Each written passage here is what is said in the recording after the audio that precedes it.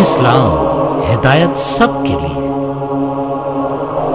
بسم اللہ الرحمن الرحیم۔ لا تجد قوما يؤمنون بالله واليوم الآخر يوادون من حاد الله ورسوله ولو كانوا آباءهم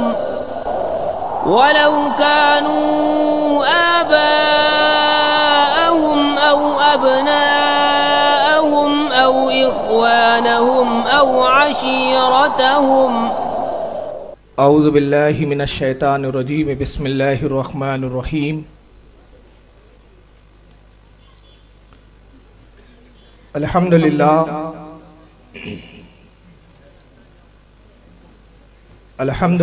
الذی فضل علی سیدنا و مولانا محمد صلی اللہ علیہ وسلم علی العالمین جميعا، وَأَقَمَهُ يَوْمَ الْقِيَامَةِ لِلْمُذْنِبِينَ الْمُتَلَوِّثِينَ الْخَطَّائِينَ الْحَالِقِينَ شَفِيعًا، فصلی اللہ تبارک و تعالی علیہ وعلا کل من ہوا محبوب و مردی لدی، صلاة تبقى وتدوم بدوام الملك الحي القيوم، ونشهد ان لا اله الا الله وحده لا شريك له، ونشهد ان سيدنا ومولانا محمدا عبده ورسوله بالهدى ودين الحق ارسله۔ قال الله تبارك وتعالى في القرآن المجيد والفرقان الحميد، ان الله وملائكته يصلون على النبي يا ايها الذين آمنوا صلوا عليه وسلموا تسليما۔ اللهم صل على سيدنا مولانا محمد جد الحسن والحسين وعلى آله واصحابه واهل بيته وذرياته وبارك وسلم، صلاة والسلام عليك يا رسول الله صلی اللہ تعالی علیہ وسلم۔ آج کا یہ عظیم شان جلسہ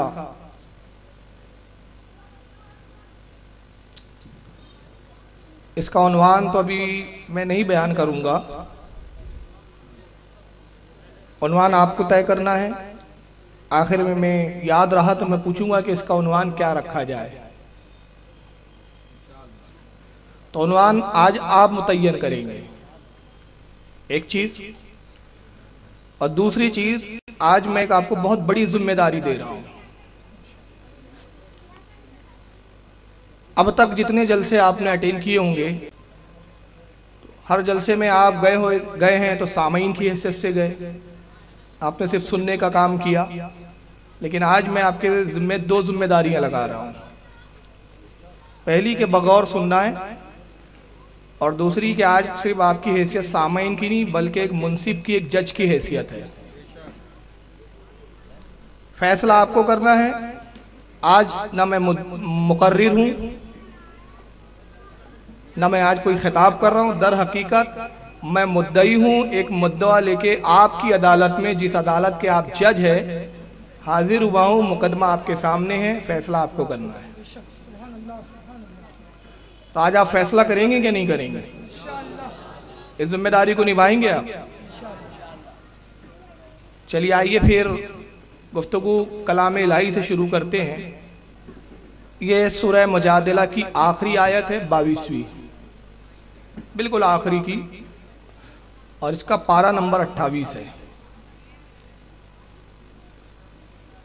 رب کائنات اپنے محبوب اور ہمارے آقا اور مولا جناب احمد مجتبی محمد مصطفیٰ صلی اللہ تعالی علیہ وسلم کو مخاطب کر کے وہ ارشاد فرما رہا ہے، لا تجدوا قوما یؤمنون باللہ والیوم الآخر۔ اللہ فرماتا ہے اے محبوب تو ہرگز نہ پائیں گا، تو اس قوم کو نہیں پائیں گا کہ یؤمنون جو کہتی ہے کہ ہم ایمان لائے باللہ اللہ پر، والیوم الآخر اور آخرت کے دن پر، یعنی قیامت پر ایمان لائے یہ دعویٰ کرتی ہے، اللہ پر ایمان لائے یہ بھی دعویٰ ہے اس قوم کا، رسول پر ایمان ہے یہ بھی دعویٰ ہے، آخرت پر ایمان ہے یہ بھی دعویٰ ہے، ان تمام دعووں کے بعد اس کا عمل یہ ہے، ایمان کے دعوے کے بعد، ایمان کا دعویٰ کرنے کے باوجود دوستی رکھتے ہیں ان سے جو اللہ اور رسول کے دشمن ہیں۔ اے محبوب تو اس کو ہرگز مومن نہیں پائیں گا۔ یا قرآن بیان کر رہا ہے کہ وہ دعویٰ تو ضرور ہے ان کا کہ ہم مومن ہیں، مگر اللہ فرماتا ہے کہ محبوب وہ مومن نہیں ہے۔ یہ صرف ان کا محض زبانی دعویٰ ہے کہ ہم اللہ پر ایمان لاتے ہیں، آخرت پر ایمان لاتے ہیں، رسول پر ایمان لاتے ہیں، مگر دعویٰ ایمان کے بعد کرتے یہ ہے کہ اللہ اور رسول کے دشمنوں سے دوستیاں کرتے ہیں، تو وہ ہرگز مومن نہیں ہوں گے۔ پھر آگے فرماتا ہے کہ مومن کون ہوں گے، مومن کی صفت کیا ہے؟ مومن کی صفت یہ ہے، اللہ فرماتا ہے کہ جو اللہ اور رسول کے گستاخ ہے وہ ان کو چھوڑ دیں گے، ان سے قطع تعلق کر دیں گے۔ یہ میں حدیث نہیں سنا رہا ہوں بلکہ کیا سنا رہا ہوں؟ قرآن۔ تو اللہ فرماتا ہے کہ محبوب مومن کون ہوں گے؟ مومن وہ ہوں گے کہ جو اللہ رسول کے گستاخوں کو اپنی ٹھوکروں پہ رکھتے ہوئے نظر آئیں گے، اور جب وہ گستاخ رسول کو دیکھیں گے، اللہ کے گستاخ کو دیکھیں گے، تو وہ اس بات کی نہیں پرواہ کریں گے وَلَوْ قَانُوا آبَاءَهُمْ اَوْ أَبْنَاءَهُمْ، اگر وہ گستاخ ان کے باپ ہو، اگرچہ ان کے بیٹے ہو، او اخوانہم، ان کے بھائی ہو، او عشیرتہم، چاہے ان کے کتنے ہی عزیز ترین رشتہ دار کیوں نہ ہو، اگر گستاخ خدا اور گستاخ رسول ان کی اولاد ہے تو وہ اپنی اولاد کو چھوڑ دیں گے، اپنی اولاد سے قطع تعلق کر لیں گے، ان کے باپ ہو ان کو چھوڑ دیں گے، ان کے بھائی اگر گستاخی اللہ رسول ہے تو وہ اپنے بھائیوں سے قطع تعلق کر لیں گے۔ عشیرتہم، کتنے ہی قریبی، کتنے ہی قریبی، کتنے ہی عزیز ہو، ان کو چھوڑ دیں گے، ان سے تعلق قائم نہیں کریں گے، ترک کر دیں گے ان کے تعلق۔ اور تعلق کیوں چھوڑیں گے؟ کہ وہ دیکھیں گے کہ یہ ہمارا رشتہ دار ضرور ہے، یہ ہمارا باپ ضرور ہے، ہمارا بیٹا ضرور ہے، ہمارے بھائی ضرور ہے، ہمارے عزیز و اقارب ضرور ہے، ہمارے دوست و احباب ضرور ہے، مگر یہ ہمارے کچھ بھی نہیں، اس لیے کہ اللہ رسول کے گستاخ ہے۔ اور صحابہ اکرام کا ایمان یہی تھا، جب وہ رسول اللہ پر ایمان لائے، اللہ پر ایمان لایا، اور جب انہوں نے اللہ وحدہ لا شریک کی الوہیت کا اور رسول کی رسالت کا اقرار کر لیا، تو ایسے مستحکم ایمان کے ماننے والے ہوئے، ایسے مستحکم ان کا ایمان ہوا کہ انہوں نے جنگ بدر میں دکھایا، صرف زبان سے دعوے نہیں کیے۔ اللہ فرما رہا ہے کہ وہ دعویٰ کرتے ہیں، اللہ رسول پر ایمان لائے، آخرت پر ایمان لائے، مگر اللہ رسول کے دشمنوں سے دوستی کرتے ہیں۔ مگر صحابہ نے بتایا کہ ہم صرف زبانی دعویٰ نہیں کرتے، بلکہ ہمارا عالم یہ ہے کہ جنگ بدر کے اندر 313 نے بتا دیا، اے اللہ کے رسول، ہم نے آپ سے آج اتنا مضبوط اور اتنا گہرا رشتہ محبت جوڑ لیا ہے کہ اس رشتہ محبت کو قیامت تک برقرار رکھنے کے لیے آج ہم ہر رشتے کو کاٹنے کے لیے تیار ہے۔ بیٹوں نے باپ کو قتل کیا، باپ نے بیٹے کو قتل کیا، عزیز و اقارب نے اپنے عزیز و اقارب کو قتل کیا۔ کیوں قتل کیا؟ اللہ رسول کے گستاخ بن کر جنگ بدر میں مسلمانوں کے خلاف آئے تھے، نبی کو ختم کرنا چاہتے تھے۔ تو اللہ فرماتا ہے کہ ان کی مومنوں کی صفت یہ ہوں گی کہ وہ اپنے باپ کو گستاخ پائیں گے تو چھوڑ دیں گے، اپنے بیٹوں کو گستاخ پائیں گے تو چھوڑ دیں گے، اپنے بھائیوں کو گستاخ پائیں گے تو چھوڑ دیں گے، اپنے عزیز و اقارب کو گستاخ پائیں گے تو چھوڑ دیں گے۔ اور جب وہ اس منزل پر آئیں گے، جب ایمان اتنا مستحکم ہو جائیں گا کہ وہ اللہ رسول کے گستاخ سے دوستی نہیں کریں گے، تو اب اللہ تعالیٰ ان کی بشارت دیتا ہے، اولئک کتب فی قلوبہم الایمان۔ تو اللہ فرماتا ہے محبوب جب وہ اس منزل پر آئیں گے تو ہم ان کے دل پر ایمان کو نقش کر دیں گے، ایمان کو ان کے دل پر کھود دیں گے، جیسے پتھر پر کھدائی کر دی جاتی ہے جس کی تحریر کو مٹایا نہیں جا سکتا، ویسے ہی ہم ایمان کو ان کے دل پر نقش کر دیں گے۔ وَأَيَّدَهُمْ بِرُوحٍ مِّنْهُ، اور اپنی طرف کی، اپنی جانب کی طرف سے مقدس روح کو ان کا مددگار بنا دیں گے۔ یہاں روح سے مراد بعض نے کہا جبریل، بعض نے کہا فرشتے، مطلب یہ کہ فرشتے ان کے مددگار ہوں گے۔ اللہ رسول سے ان کی محبت کا یہ عالم ہوگا کہ وہ دشمنان اسلام سے گھبرائیں گے نہیں، ڈریں گے نہیں، اس لیے کہ ان کے دل پر ہم ایمان نقش کر دیں گے، اور ایمان کو ایسے نقش کر دیں گے، ایسے نقش کر دیں گے کہ ایمان مٹایا نہ جا سکے گا۔ فرشتے ان کے مددگار ہوں گے، وہ اللہ کے سوا کسی سے خوف نہ کریں گے، اور دنیا میں وہ بے باکی کے ساتھ زندگی گزاریں گے، اور جب وہ انتقال کریں گے وَيُدْخِلُهُمْ جَنَّاتٍ تَجْرِي مِن تَحْتِهَا الْأَنْهَارُ خَالِدِينَ فِيهَا، تو جب وہ مر جائیں گے، انتقال کریں گے، تو اللہ فرماتا ہے ہم ان کو جنت کے باغوں میں لے آئیں گے جہاں پر نہریں جاری ہیں۔ ان کا انعام یہ ہوگا کہ ان کو جنت کے باغوں میں لے جایا جائے گا۔ رضی اللہ عنہم ورضوا عنہ، یہ وہ ہے جن سے جو اللہ سے راضی اور اللہ ان سے راضی۔ اور پھر آگے اللہ فرماتا ہے اولئک حزب اللہ، یہ ہے اللہ کی جماعت۔ قرآن اپنی جماعت کس کو کہہ رہا ہے؟ اللہ اپنی جماعت کس کو بتا رہا ہے؟ لوگ جماعت لے کے کہہ رہے ہیں محبت کی بات کرو، لوگ جماعت لے کے چل رہے ہیں کہہ رہے ہیں کہ تفریق کی بات نہ کرو، لوگ جماعت لے کے چل رہے ہیں کہہ رہے ہیں کہ صاحب کون کیا کہہ رہا ہے، کس نے کیا کیا اللہ صاحب دیکھیں گے، ہمیں تھوڑی دیکھنے کی اتھارٹی ہے، ہم کو تو دیکھنا ہے نماز کیسے پڑھنا چاہیے، حج کیسے کرنا چاہیے، اپنے اعمال کیسے سدھارنا چاہیے، سارا بعد میں ایمان کا جو معاملہ ہے وہ اللہ صاحب دیکھیں گے۔ وہ سارا ذمہ اللہ صاحب کے ذمہ ڈال دیا اور کہا یہ ہماری جماعت ہے۔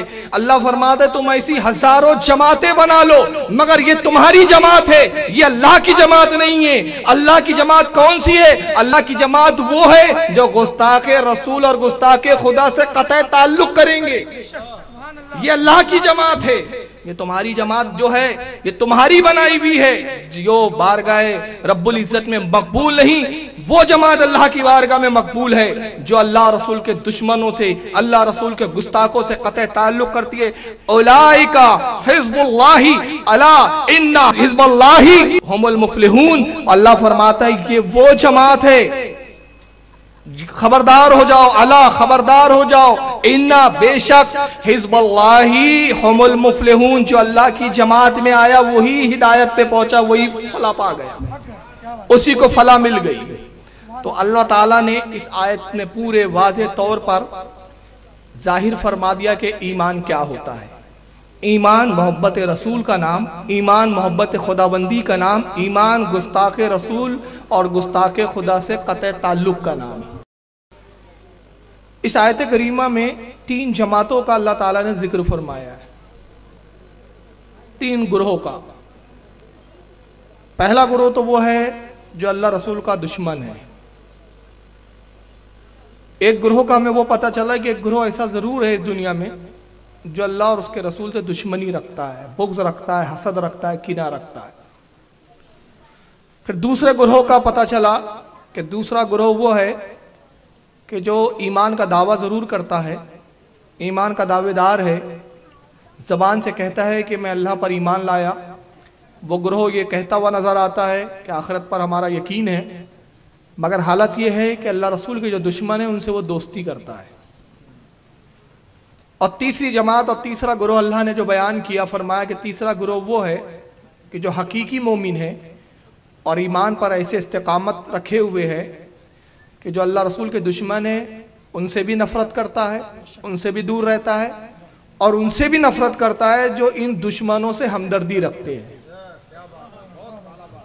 یہ تیسرا گروہ، اور اسی تیسرے گروہ کے بارے میں اللہ نے فرمایا کہ یہ گروہ ہدایت پر ہے، یہ اللہ کی جماعت ہے، اور جو اللہ کی جماعت ہے وہی کامیابی کو پہنچی۔ اور پھر فرمایا یہ وہ ہے جو اللہ سے راضی اور یہ اللہ سے راضی۔ اللہ کے رسول نے قرب قیامت کے تعلق سے پیشن گوئیاں فرمائی، انہی پیشن گوئیوں میں ایک پیشن گوئی یہ بھی فرمائی، غیب داں نبی نے یہ بھی بتایا کہ لوگوں میری امت میں فرقے بھی ہوں گے، اور یہ ایک ایسی حدیث ہے جس کے بارے میں میں بڑے اعتماد کے ساتھ کہتا ہوں کہ اس حدیث پر کسی بھی فرقے کا اختلاف نہیں۔ یہ ایک ایسی حدیث ہے، بہت ساری احادیث وہ ہے جس پر کچھ فرقے مانتے کچھ فرقے نہیں مانتے، اختلاف کرتے، مگر یہ ایک واحد حدیث ایسی ہے جس پر کسی فرقے کا اختلاف نہیں۔ آئیے ذرا اس حدیث کو ہم دیکھتے ہیں اور اس حدیث کی روشنی میں ہی ہم آج جائزہ لیں گے کہ حق پر کون ہے۔ آئیے، یہ حدیث پاک ترمذی کے اندر ہے، اور ترمذی کی جلد نمبر 2